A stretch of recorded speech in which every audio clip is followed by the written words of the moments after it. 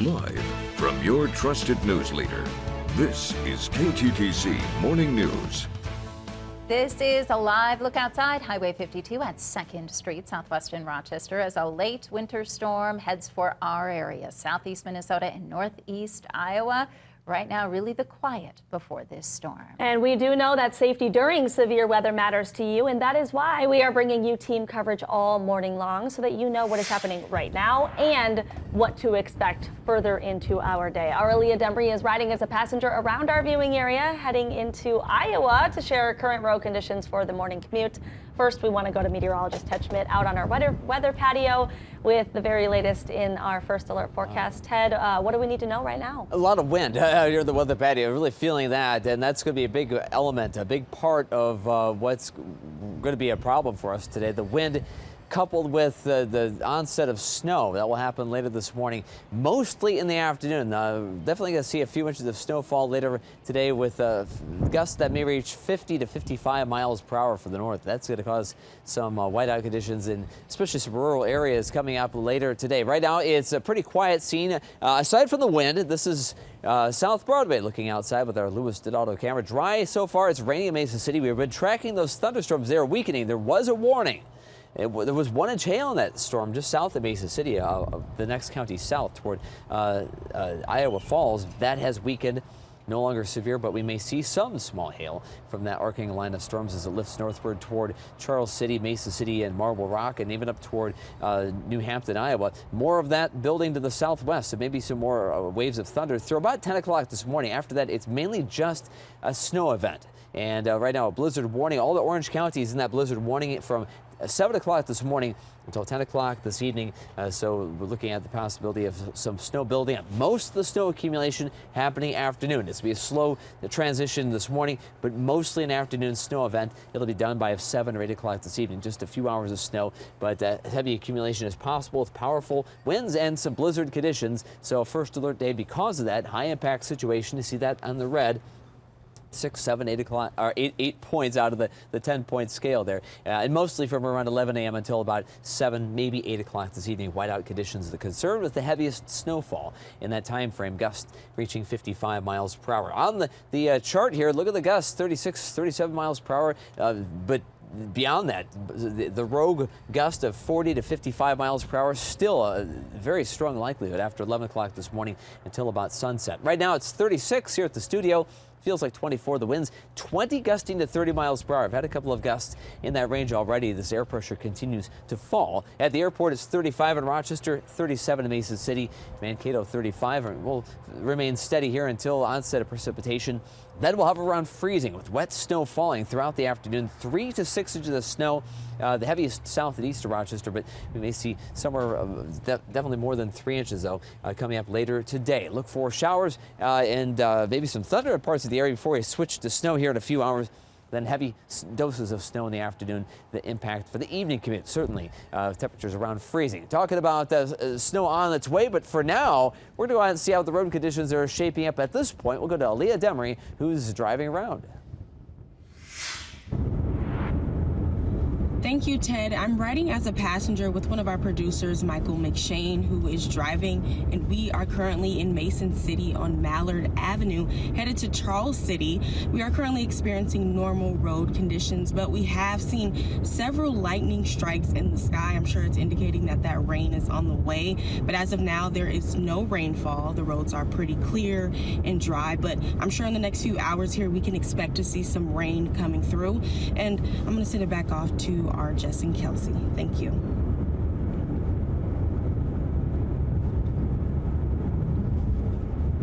Thank you, Aaliyah, for a live look ahead of the storm as we brace for what's coming very soon. I'll check in with you again.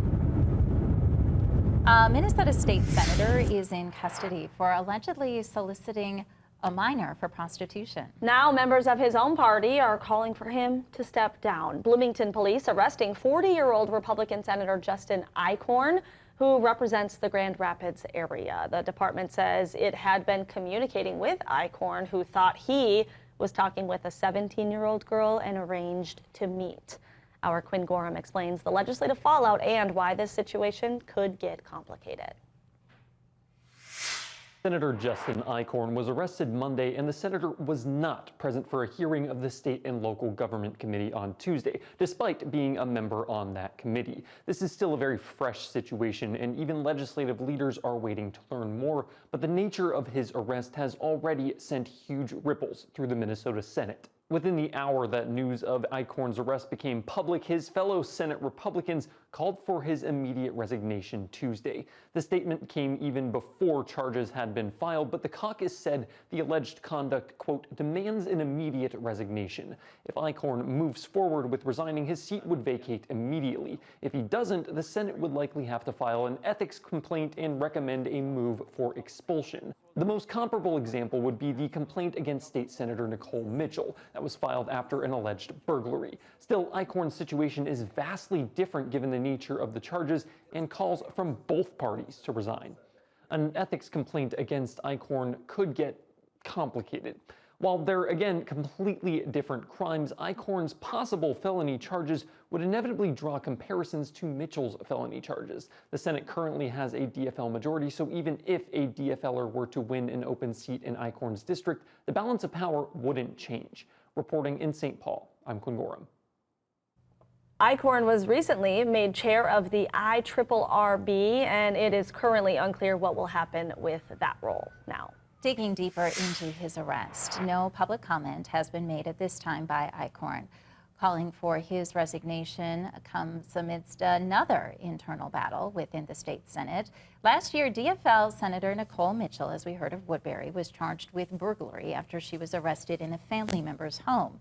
Mitchell has resisted calls to resign. She appeared before the Senate Ethics Committee for the first time last week with no action taken.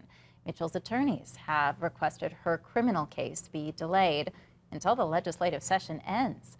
Pertaining to Mitchell's situation, last April, Eichhorn took to social media and wrote, "Senator Mitchell's premeditated actions are disturbing. They do not align with the values of Minnesotans that Minnesotans expect of their elected leaders, and she needs to resign from the Senate." A story we'll continue to watch.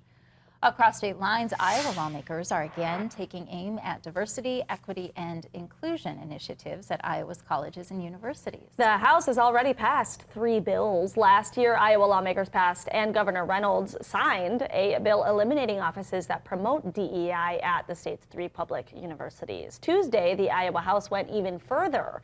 One bill lawmakers passed would ban students from being required to take a class relating to DEI or critical race theory. Republicans calling it the Freedom from Indoctrination Act.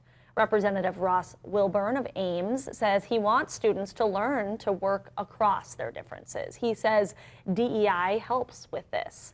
Meanwhile, Representative Steve Holt emphasizes the bill doesn't ban these courses, it just prevents students from being required to take them. He says diversity enriches all of our lives, but DEI is divisive.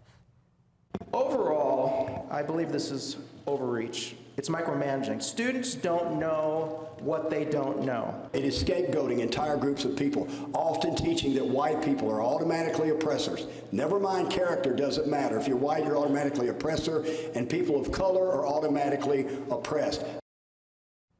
Lawmakers also passed a bill that makes requirements for core classes uniform across the 3 universities, but it specifically bans curriculum that teaches identity politics in those general ed classes. Lawmakers also passing a bill that bans taxpayer money from being used to fund DEI initiatives in state and local government. Further, the bill bans DEI at community colleges and private universities that participate in the Iowa Tuition Grant Program. Also in the Iowa legislature, state lawmakers are taking aim at phones in schools. The State House approving a bill that restricts cell phones while in classrooms. The bill requires local districts to come up with a policy limiting students' use of electronics during the school day. Districts must take into account how parents could reach their kids during an emergency. Representative Heather Mattson of Ankeny says she appreciates that districts will get flexibility to come up with their own policies. This bill essentially it has been referred to as a floor as far as policies go. I think that's important. It gives a lot of leeway to local school districts to do what works for them. If the Senate also passes the bill and Governor Reynolds signs it, the cell phone limits would take effect next school year. It is 6:10. The Minnesota High School boys basketball state tournament continues today. We're going to preview the games for our local teams. Plus, the search for a new superintendent continues in Casson Manorville. The candidate list now narrowed down to 6 finalists. What you need to know. The bus stop forecast today, going to school, maybe a little wet. And on the way home, it'll be a little more treacherous. We're looking at some light rain showers this morning. The bus stop forecast, maybe some thunder in North Iowa. 35 degrees on the way to school.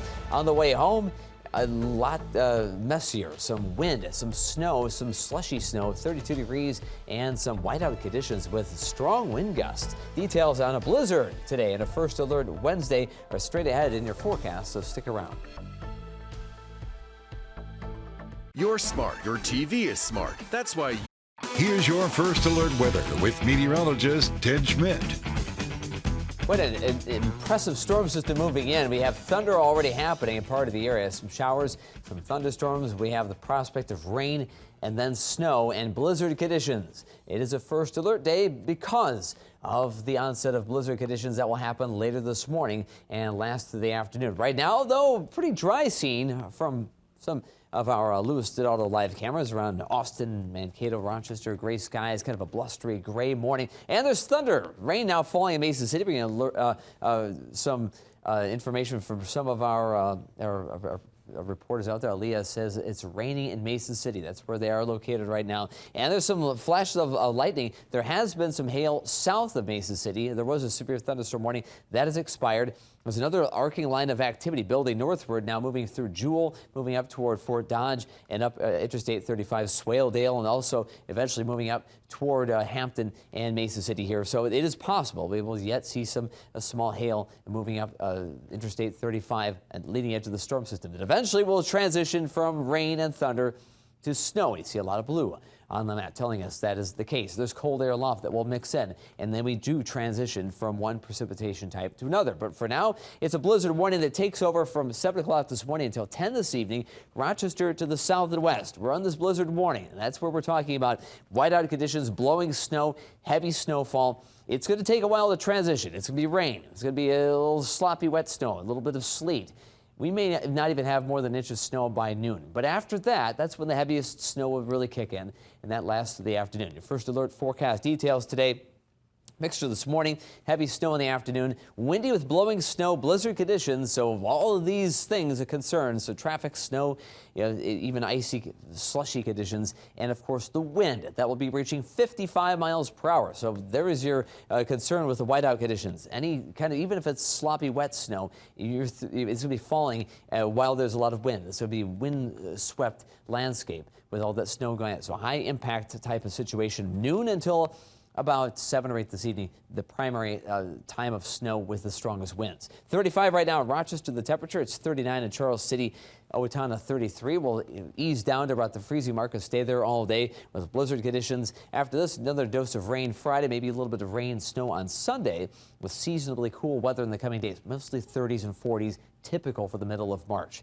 Gusts on the strong side, 35 to 40 miles per hour, pretty much the entire time, but gusting a little higher, reaching 50 to 55 miles per hour. The rogue gust will be met in that strong range at times in the early afternoon. Future track today, there's that mix of sleet, rain, and some thunder and some snow. And then after about 9 or 10 o'clock, it's primarily just snow. Heavy snow this afternoon. Gusts from the north around 50 to 50 miles per hour. Between 5 and 7, the snow begins to taper off.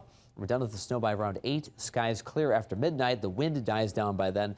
Readings dropping to the low 20s, and then cool sunshine, close to 40 tomorrow with a whole lot less wind. But today, there's that wintry mix until by 11 o'clock, then primarily snow, 3 to 6 inches of accumulation, then tapering off in the evening. We'll be done with it by 7 or 8 o'clock. Rochester, 3 to 6 inches of slushy, pliable, wet snow. Maybe a little more from Austin to Winona, 6 to 9 inches, but that'll be a narrow axis of the heaviest snow. Most of us about 3 to 6 inches or less in a few cases.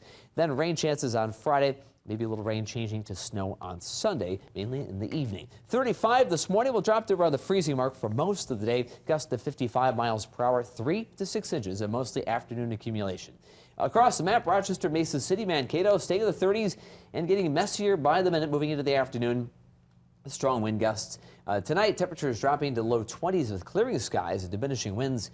7-day forecast again. The weekend looks a little warmer, 40s. Maybe a shot at 50 in a couple of spots as we maybe slowly melt some of the snow. In the 7-day forecast here in Rochester, first alert day today, then sunshine tomorrow, and maybe a couple of spotty showers heading toward the weekend with a few more of those more familiar 40s, but no more 50s or 60s for a while. Okay, yeah, we were blessed with some of those 50s and 60s, but you know, the weather's always changing. Very good for St. Patrick's Day. We were Yes, happy about that. which, yeah, I know you and the pipe band for sure. Thank you, Ted. Yeah.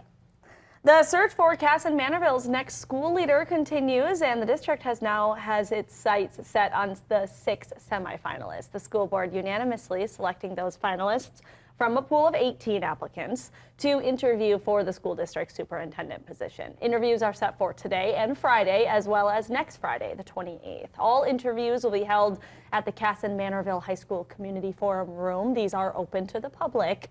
You can find the list of finalists by going to our website, KTTC.com.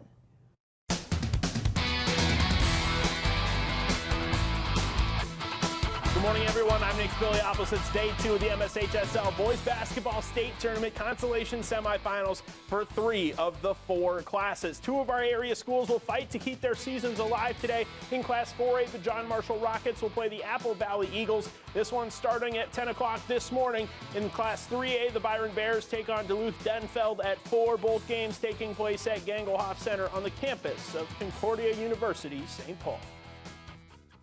Thank you, Nick. It is 6:20. Governor Tim Walz is on the road. We're going to take you to Eau Claire, where Walz is trying to motivate Democrats in the Badger State. What he had to say at a town hall. We'll be right back.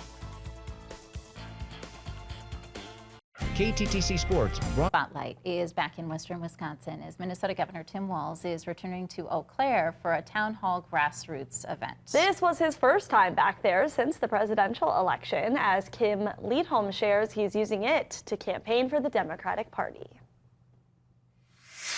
It's his responsibility. That's why Minnesota Governor Tim Walz says he's here in western Wisconsin, using his platform to reach voters here in the Badger State. I understand what I have is I have a platform and a megaphone, and my goal in doing these town halls is I was hearing that primal scream of, God dang it, do something. A full room at the Pablo Center for Governor Walz's grassroots town hall called The People versus Musk, where Walz is hearing directly from Wisconsin voters. It's the check and balance, and I said, no, modern world, look, there's more people. We now, each member of Congress represents over 600,000 people. And I know they say, well, you can do it electronically. It's not the same thing. I think the great American tradition is basically the town hall. Walz joined by Wisconsin Democrats, emphasizing the importance of the state Supreme Court race. In Wisconsin, uniquely in this country, we're the only state with a statewide election. All the way until November of this year, we're the only state where we can go to the polls and recruit everyone we know to go to the polls and send a message to the GOP that this extremism, this assault on the foundations of our democracy has to end. We're seeing an attack on the judiciary with a lot of outside money.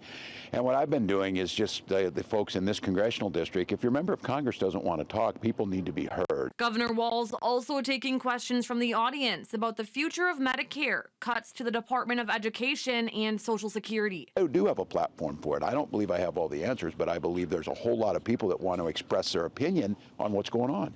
Walz using this time to hear those opinions, but also to encourage everyone to act. This is our moment. I don't think it's overstating. I know that there's a tendency to say you're living in the most interesting times. You know, that curse and blessing, may you live in interesting times. Look, we're here. Nobody's going to sweep in and save us.